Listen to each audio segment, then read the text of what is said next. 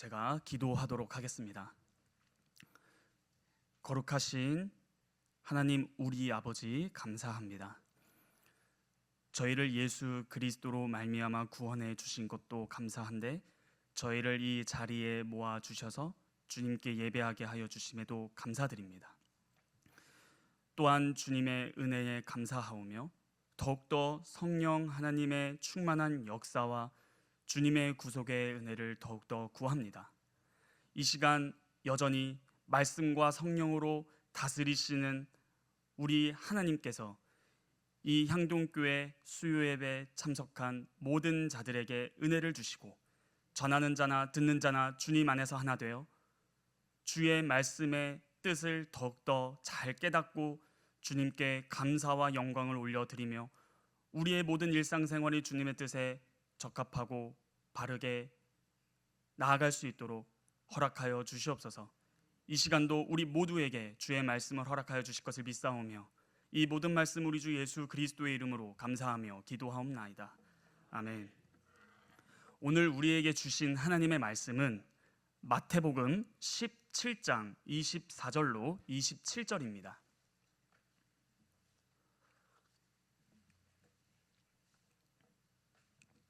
하나님의 말씀을 다 찾으셨으면 제가 받들어 봉독하도록 하겠습니다. 가버나움에 이르니 반세겔 받는 자들이 베드로에게 나와 이르되 너의 선생은 반세겔을 내지 아니하느냐?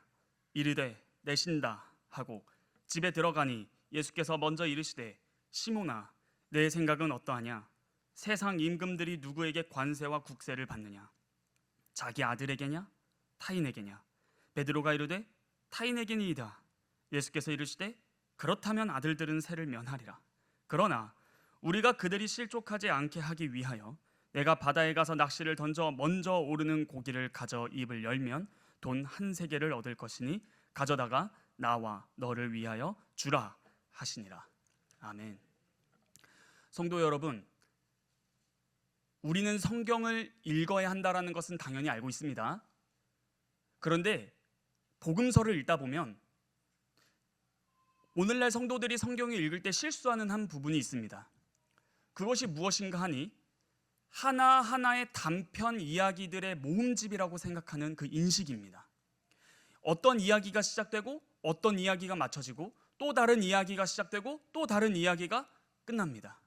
이런 식으로 단편의 이야기들을 한 곳에 모은 게 성경이구나라는 인식이 잘못된 것입니다.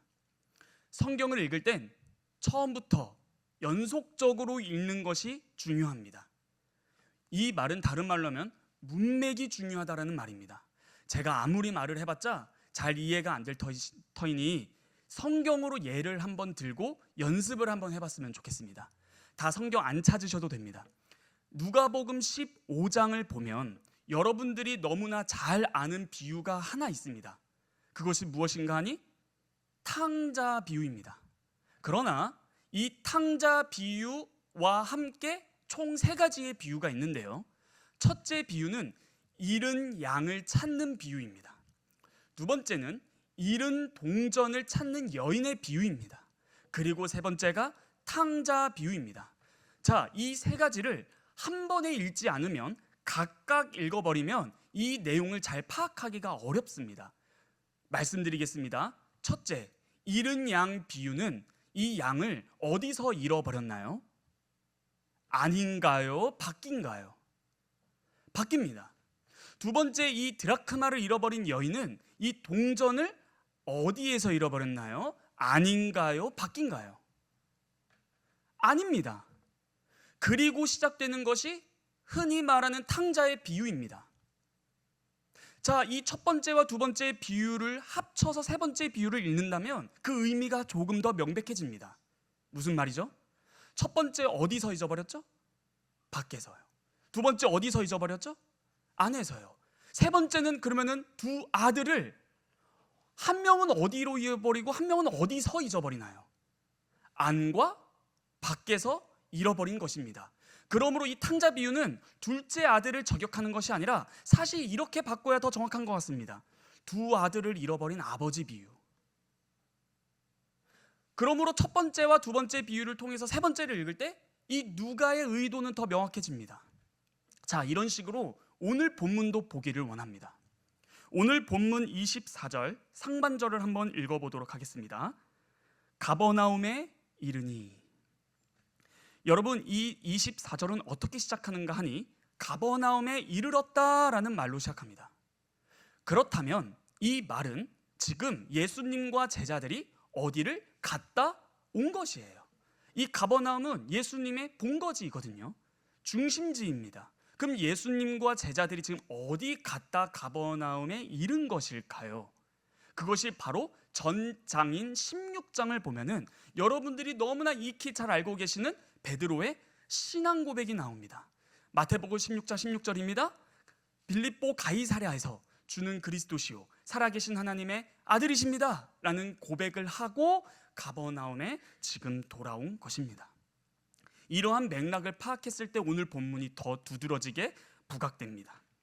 그 다음입니다. 이어서 읽겠습니다. 반세겔 받는 자들이 베드로에게 나와 이르되 너의 선생은 반세겔을 내지 아니하느냐? 자, 여기서 말하는 이 반세겔은 로마에게 내는 세금이 아닙니다. 이 반세겔은 우리 성경 구절 한번 보기를 원하는데요. 출애굽기 30장 13절과 14절을 읽어보도록 하겠습니다. 출애굽기 30장 13, 14절입니다. 제가 한번 읽어보도록 하겠습니다. 무릇 계수 중에 드는 자마다 성소의 세겔로 반세겔을 낼지니 한 세겔은 20게라라. 그 반세겔을 여호와께 드릴지며 계수 중에 드는 모든 자 곧 20살 이상 된 자가 여호와께 드리되입니다. 지금 이 반세겔을 거두러 온 자들은 로마의 세금을 거두러 온 자가 아니라 이스라엘의 성전세를 받으러 온 자들입니다. 근데 이 이스라엘의 성전세는 누가 내는가 하니 율법에 의하면 계수에 드는 자 곧 경건한 이스라엘 성인 남성이 내는 것입니다. 그러므로 지금 이 반세겔을 받는 자가 베드로에게 나와서 너의 선생 예수는 반세겔을 안 내냐? 이렇게 질문하는 것이죠. 이어서 베드로의 대답입니다. 25절 읽어보겠습니다. 이르되 내신다.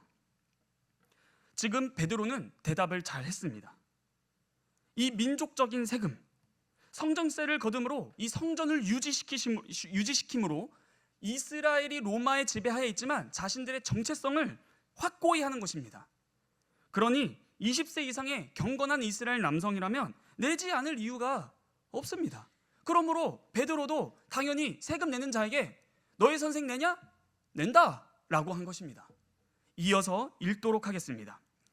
하고 집에 들어가니 예수께서 먼저 이르시되. 여러분, 여기서 굉장히 중요한 표현이 하나 있는데요. 예수님께서 먼저. 여러분, 복음서를 읽어보면 대부분 질문은 제자들이 예수님께 하나요? 예수님이 제자들에게 하나요? 보통은 질문은 제자들이 예수님에게, 스승인 예수님께 합니다.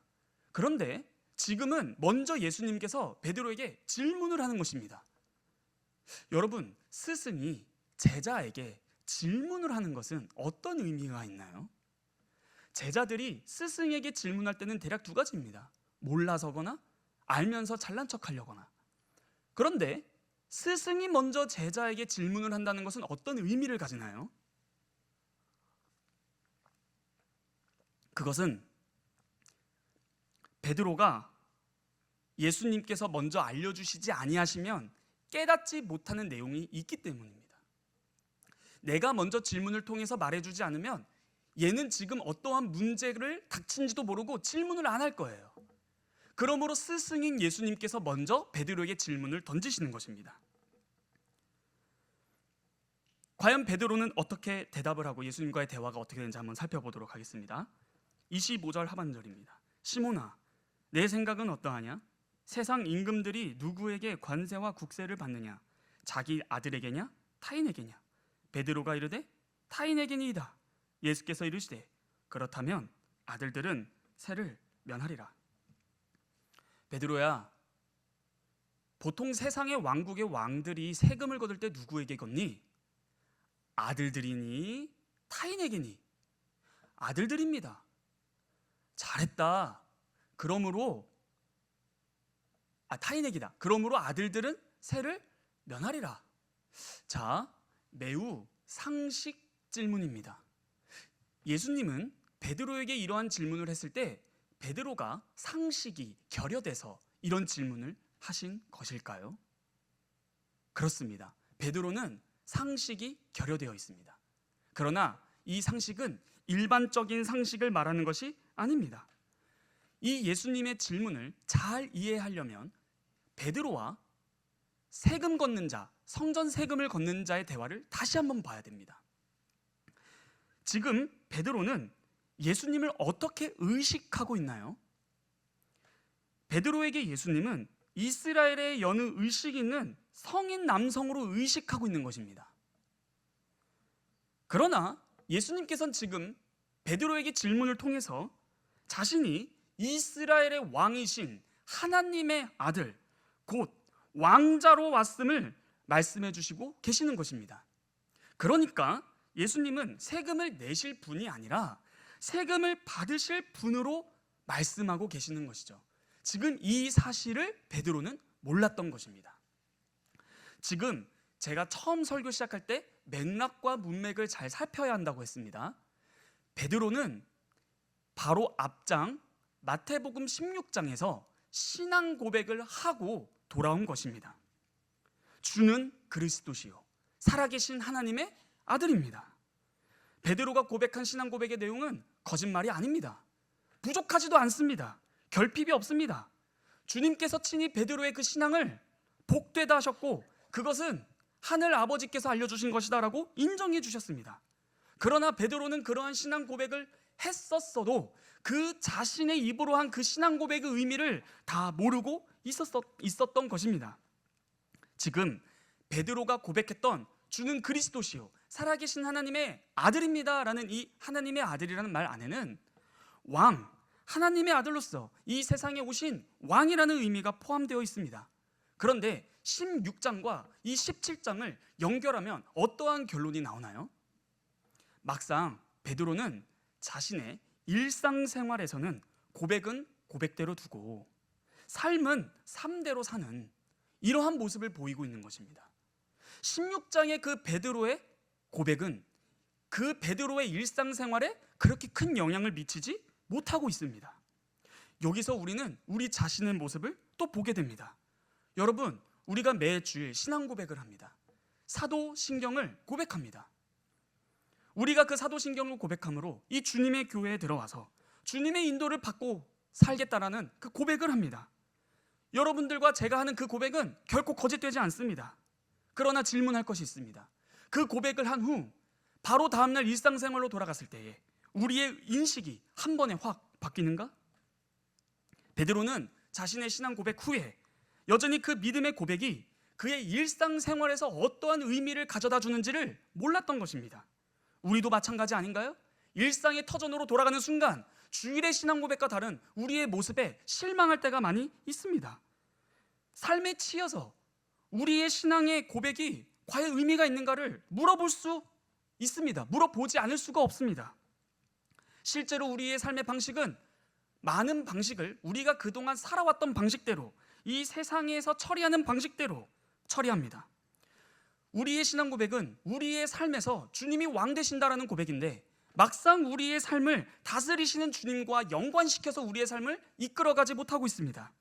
이렇게 본다면 우리의 신앙 고백은 참 별거 아닌가? 라는 생각이 듭니다. 참 능력이 없습니다. 그러나 이 믿음은 틀리지 않았고 여전히 귀한 것입니다. 왜냐하면 우리에게 믿음을 주신 하늘 아버지께서 주신 것이기 때문입니다. 그러므로 예수님은 이 포인트를 굉장히 잘 찝어서 지적하고 가르쳐 주시는 것입니다. 무엇보다 이 베드로와 예수님의 대화가 베드로가 먼저 한 대화가 아니라는 것이 우리에게 소망이 됩니다. 예수님께서 먼저 이 대화를 시작하신 것이 우리에게 기쁜 소식이 됩니다. 왜죠? 우리도 여전히 우리가 고백한 그 신앙 고백의 내용을 잘 모르지만 다가오셔서 책망하시고 혼내시는 것이 아니라 다가와서 알려주시는 것입니다. 너는 어떻게 생각하냐? 주님께서 우리의 믿음을 지켜주시고 우리의 무지를 깨우쳐 주시기 위해 먼저 다가오십니다. 여기까지만 들어도 주님께서 우리를 인도하시고 지켜주시는 것으로 말미암아 우리의 마음은 참 기쁩니다. 그러나 아직 예수님의 대화는 끝나지 않았습니다. 우리의 기쁜 소식은 먼저 다가오셔서 대화하시고 가르쳐 주시는 것으로 끝나지 않았습니다. 예수님께서는 단순히 이 땅에 왕으로 오셨을 때 왕세자로만 오셨다는 사실만을 가르쳐 주신 것이 아닙니다. 예수님께서는 다음 대화를 통해 왕이신 주님께서는 자신의 백성들을 어떻게 통치하고 어떻게 다스리는가를 또한 보여주고 있습니다. 27절을 읽어보도록 하겠습니다. 그러나 우리가 그들이 실족하지 않게 하기 위하여 내가 바다에 가서 낚시를 던져 먼저 오르는 고기를 가져 입을 열면 돈 한 세겔을 얻을 것이니 가져다가 나와 너를 위하여 주라 하시니라. 보통 세상의 권력을 가진 왕들은 자신의 힘으로 말미암아 백성들을 억압하고 핍박하고 강압적인 통치를 하기 마련입니다. 그러나 하늘의 왕의 아들이신 예수님께서는 자신에게 주어진 권력으로 자신의 백성을 압제하지 아니하십니다. 즉 예수님은 백성을 넘어지게 하시지 아니하신다라는 것입니다. 27절 읽었던 부분을 조금 더 자세히 살펴보도록 하겠습니다. 이 본문에서 실족이라는 단어가 나옵니다. 이 실족이란 넘어뜨린다, 함정을 놓다 이런 뜻입니다. 지금 예수님께서는 왕자이지만 세금을 내야 할 이유가 없지만 친히 세금을 내는 방법을 택하시는 것입니다. 왜 이러한 방법을 택하셨나요? 오늘 본문을 보면 실족할까 봐입니다. 자신의 백성들을 실족하지 않게 하기 위하여 내가 낼 필요가 없는 세금을 내가 친히 내겠다라는 것입니다. 굳이 함정 놓아서 이 사람들 걸려서 넘어지게 할 필요가 없지 않느냐라는 말이죠. 주님께서는 여전히 무지하고 연약한 자신의 백성을 보호해 줍니다. 그 보호의 방법이 자신이 친히 납세의 의무를 지는 것입니다. 이 납세의 의무를 지시는 예수님의 방법을 주목해 보시길 바랍니다. 바다에 가서 낚시를 해라. 먼저 오르는 고기의 입에서 돈을 얻을 수 있다. 참 구체적입니다. 여기서 나오는 이 돈 한 세겔은 로마 주화입니다. 참 놀랍지 않습니까? 바다에 가서 낚시를 해서 얻는 그 첫 번째 물고기 입에서 로마 주화가 나온다? 이러한 능력은 하나님밖에 하실 수가 없으십니다. 모든 세계를 다 통치하시는 것을 친히 보여주고 계십니다. 그런데 이 하나님의 능력, 예수님의 능력은 자신의 백성을 억압하거나 압박하는 것, 강압적인 통치를 하는 데 쓰시지 아니하시고 백성을 보호하시는 데 쓰십니다. 여러분, 출애굽기 30장 12절을 한번 같이 읽어보기를 원합니다. 출애굽기 3장 12절입니다. 다 함께 읽어보도록 하겠습니다. 시작. 내가 이스라엘 자손의 수효를 조사할 때에 조사받은 각 사람은 그들을 계수할 때에 자기의 생명의 속전을 여호와께 드릴지니 이는 그것을 계수할 때 그들 중에 질병이 없게 하려 함이라 하면서 다음 13, 14, 15, 16절이 하나의 세트인데 한마디로 구약 율법에서 성인 남성이라면 이 성전세를 내는데 이 성전세는 다른 말로 하면 뭐냐 하면 생명의 속전입니다. 지금 구약에 따르면 성전세는 죄인이 내는 것입니다. 죄인이 내는 것이에요. 이것을 생명의 속전이라고 말하고 있습니다. 이스라엘은 자신의 생명을 위해서 대신 값을 내야 한다는 죄인임을 전제하고 있습니다. 이러한 세금을 내는 것 누가 내고 있냐 하면 예수님께서 친히 세금을 내고 계십니다. 성전세를 내십니다. 제사가 행해지는 이 성전을 지지하기 위해서 이 세금을 내는데 이 성전을 지지하는 이유는 자신이 자신의 죄로 죽어야 할 것을 하나님 앞에 용서함을 받기 위하여 이것을 유지하는 것입니다. 그런데 예수님께서는 자신의 백성의 죄를 위하여 오셨는데 친히 세금을 내시는 것, 곧 자신의 생명의 속전으로서 내는 성전세를 내고 계시는 것입니다. 자신의 그 권력을 어디다 사용하시는가 하니 자신의 백성을 걸려 넘어지지 않게 보호하시면서 그 보호의 극치가 점점 낮아지고 있습니다. 이 장면은 예수님의 궁극적인 자기 백성 보호요 구원인 십자가에서 이루어집니다. 이 사건은 그러므로 십자가의 사건을 미리 보여주는 장면이자 사건이 되겠습니다. 주님께서는 십자가로 가실 때에 자기 백성의 연약함, 자기 백성의 무지를 짊어지시고 십자가에 나아가셨습니다. 이게 바로 주님께서 자신의 백성을 통치하시는 방법입니다. 자신의 능력을 세금을 내는 데 씁니다. 이 세금을 내는 것은 백성들이 여전히 무지하여서 내가 지금 왕세자인데 내가 누구한테 세금을 내냐, 오히려 내가 받아야지 라며 그들에게 진리라는 것을 가르친다랍시고 그들을 넘어뜨리게 하지 않는다라는 것입니다. 지금 이 성전세를 받는 사람들이 성전세를 받아서 어디로 가죠? 예수님을 죽이려고 하는 예루살렘에 가는 것입니다. 예루살렘에 막상 갔더니 어떤 사람이 자기가 하나님의 아들이란다, 왕자란다, 그러니까 세금 안 내겠다 라고 한다면 이스라엘의 상황은 매우 혼란스러워질 것입니다. 그러므로 예수님의 이 지혜로운 방법을 우리는 더욱더 깊게 생각하게 됩니다. 우리가 지금까지 이 내용을 통해서 생각할 것이 있습니다. 여러분, 우리도 앞장 16장의 베드로의 신앙 고백처럼 신앙 고백을 했습니다. 매 주일 합니다. 이번 주일도 할 것입니다. 그런데 신앙 고백을 한 베드로이지만 그 신앙 고백이 자신의 삶을 지탱하지 못하는 연약함을 여실히 보여주는 것인데, 더 안타까운 것은 자신의 연약함을 인지조차 못하기 때문에 예수님께서 먼저 오셔서 가르쳐 주셔야 한다는 사실입니다. 그러므로 여기서 우리는 무엇을 깨닫게 되죠? 우리의 신앙 고백은 끝이 아니라 시작입니다. 주님을 고백하며 산다는 것이 무엇을 의미하는지는 우리가 신앙 고백을 했다고 해서 다 알 수 없는 것입니다. 그렇기 때문에 기쁜 소식입니다. 왜요? 예수님께서 먼저 가르쳐 주십니다. 꾸중하지 아니하십니다. 이것이 우리에게 기쁜 소식입니다. 먼저 잡는 물고기 입에서 로마의 주화가 나오게 하시는 그 능력, 이건 오직 전능하신 하나님만 가능합니다. 그러므로 예수님은 본인이 지금 어떠한 분이신지를 친히 능력으로 보여주고 계시는 것입니다. 여러분, 우리의 신앙 고백을 한번 돌아볼까요? 사실 내일부터 청년부가 수련회를 떠납니다. 이번에 수련회의 주제는 사도신경입니다.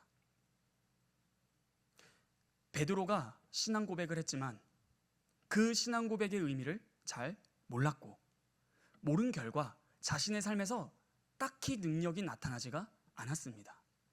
여러분, 저는 향동교회에 부임했을 때 되게 기뻤던 그 순간과 장면이 있습니다. 여러분들 혹시 저희 본당 2층 올라올 때 계단 정면에 뭐가 있는지 아시나요? 사도신경이 있습니다. 저는 그거를 오자마자 처음 딱 부임했을 때 쫙 봤거든요. 근데 그게 되게 기뻤어요. 이유가 뭔지를 말씀드리겠습니다. 사도신경 첫 번째 조항이 무엇인지 아십니까? 한번 읊어볼까요? 시작. 네, 전능하사 천지를 만드신 하나님 아버지를 내가 믿사오며. 그런데 우리 입구에 있는 사도신경이 이렇게 되어 있을까요? 안 되어 있을까요? 네, 안 되어 있습니다. 어떻게 시작하는 줄 아십니까?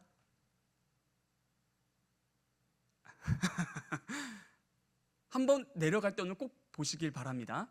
우리가 일상 매주일 고백하는 사도신경의 첫 조항의 순서를 보면요, 여러분들이 보기 편하게 단어를 쪼개면서 말씀드려볼게요. 전능하사, 천지를 만드신 하나님 아버지입니다. 그럼 이 전능성이 어디를 수식하고 어디와 붙어있죠? 전능하사, 천지를 만드신. 그럼 하나님의 전능성은 어디에서 발휘되었다라고 생각할 수 있는 건가요? 천지를 창조하신 것에서 하나님의 전능성이 발현되었구나 라고 생각할 수 있습니다. 그런데 나가면서 보십시오. 실제로 나가면서 보는 저 사도신경이 라틴어 원문에 더 적합합니다. 영어로도 이렇게 말합니다. I believe in God, the Father Almighty. 자, 이게 뭐죠? 전능하신 아버지, 천지의 창조주 하나님을 내가 믿는다라는 고백입니다. 전능하사 천지를 만드신이 아니라, 실제로 라틴어 원문이나 영어를 보면 전능성은 천지 창조에 붙는 것이 아니라 전능성은 아버지에 붙습니다. 이것이 오늘날 우리에게 우리의 신앙 고백에 어떤 의미를 가져다 주는가요? 이것입니다. 하나님 아버지의 전능성. 향동교회 성도 여러분 잘 들으십시오. 하나님의 말씀입니다. 향동교회 성도들아, 내 사랑하는 아들, 딸, 내 자녀들아, 내 전능성이 어디에서 발현됐는지 아느냐? 바로 내 전능성은 내가 너희의 아버지가 되는 데에 쏟아 넣었다. 이런 뜻입니다. 하나님의 전능하심은 천지창조를 하신 위대한 능력이구나 가 아니라, 그 하나님의 전능하심은 우리의 아버지가 되시는 데에 쏟아 넣으신 그 능력입니다. 내 아들아, 내 딸아, 내가 너의 아버지가 되는 것에 있어서 내 전능함을 쏟아붓는다. 이게 우리의 사도신경 제1조항입니다. 우리가 매주일 고백하는 사도신경, 그리고 내일부터 시작되는 청년부 수련회를 통해서 이 사도신경의 한 조항 한 조항, 한 단어 단어씩 뜯어가면서 배울 것입니다. 여러분, 베드로의 그 신앙 고백과 그 베드로의 일상생활이 매칭이 안 돼요. 왜 그럴까요? 잘 모릅니다. 그런데 신앙 고백은 끝이 아니라 시작이거든요. 우리가 매주일 고백하는 우리의 신앙 고백, 과연 그 의미가 무엇인가? 더 나아가서 오늘 예수님의 말씀의 그 비유를 한 번 더 적용하고 말씀을 마무리하겠습니다. 예수님께서는 자신의 백성이 걸려 넘어지는 것을 원치 아니하시는 왕이십니다. 우리를 다스리시는 우리의 아버지이세요. 이걸 통해서 무엇을 우리가 적용할 수 있을까요? 여러분, 오늘날 시대는 참 팩트 체크라는 말 좋아하는 것 같습니다. 뭐 말하면 팩트를 한번 체크해보자, 이런 것이죠. 너 말이 맞는지 안 맞는지. 그런데 예수님께서는 팩트로 자신의 백성들을 압도하는 게 아니라 자신이 가지고 있는 진리로 말미암아 자신의 백성이 넘어질 것 같으면 친히 자신의 모든 진리를 잠시 내려두고 백성이 걸려 넘어지지 않게 보호하시는 것입니다. 여러분, 우리 삶에서 얼마나 그 팩트라는 말을 좋아하는지, 성도들 사이에서도 내가 옳냐 너가 옳으냐로 싸우는 것입니다. 그러나 우리 고린도전서 8장만 보더라도 알 수 있습니다. 고린도전서 8장 한 절만 보겠습니다. 13절입니다.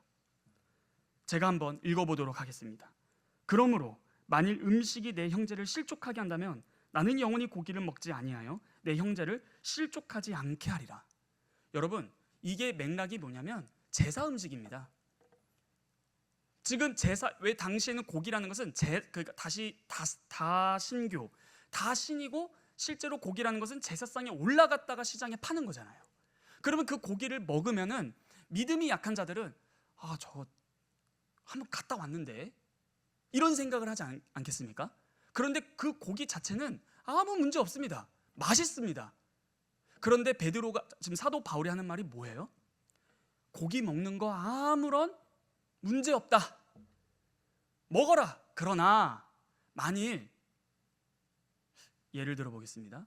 여기 안에 소주가 담겨 있다면, 제가 여기서 이렇게 마신다면 시험 드실 분들 몇 분 계십니다. 이렇게 말씀하시는 거예요. 바울 사도는 소주 먹는 게 뭐가 잘못이냐? 그러나 네가 소주를 마심으로 누군가가 저건 좀 전도사님이? 라는 소리를 들어서 그 형제를 실족하게 할 바에는 평생 안 먹겠다, 이런 말입니다. 이게 바로 기독교적 사랑입니다. 내 형제가 나의 어떠한 것으로 말미암아 나는 잘못이 없어도 넘어질 것 같으면 안 하는 거예요. 그 형제를 먼저 생각하고 높여주는 겁니다. 이게 예수님께서 친히 보여주신 사랑입니다. 오늘 말씀을 정리해 보겠습니다. 항상 성경을 읽을 땐 맥락과 문맥이 매우 중요합니다. 그런데 오늘 사건에서 베드로는 성전세를 걷는 자들에게 예수님도 당연히 성전세 내신다라고 함으로써 자신의 의식이, 무의식적인 그 태도가 예수님은 여느 경건한 이스라엘 성인 정도로 인식한 것입니다. 이처럼 방금 앞에서 말했던 그 베드로의 신앙 고백이 베드로의 삶에 그렇게 큰 영향을 미치지 못했지만 주님께서는 책망하지 아니하시고 먼저 대화를 하심으로 찾아오셔서 우리의 신앙을 보호하시고 세워주십니다. 그러므로 여기에 소망이 있고, 그러한 섬김과 보호의 왕이신 주님께서는 백성을 보호하시고 섬기고 구원하시기 위하여 십자가까지 낮아지신 것입니다. 이 마음을 품으라 우리 주 예수 그리스도의 마음이니 그는 하나님과 본체요 동등하시나 동등됨을 취하시지 아니하시고 죽기까지 낮아지셨다. 이것이 바로 우리가 품어야 할 마음입니다. 성도 여러분, 오늘 두 가지만 잘 기억하고 돌아가시길 바랍니다.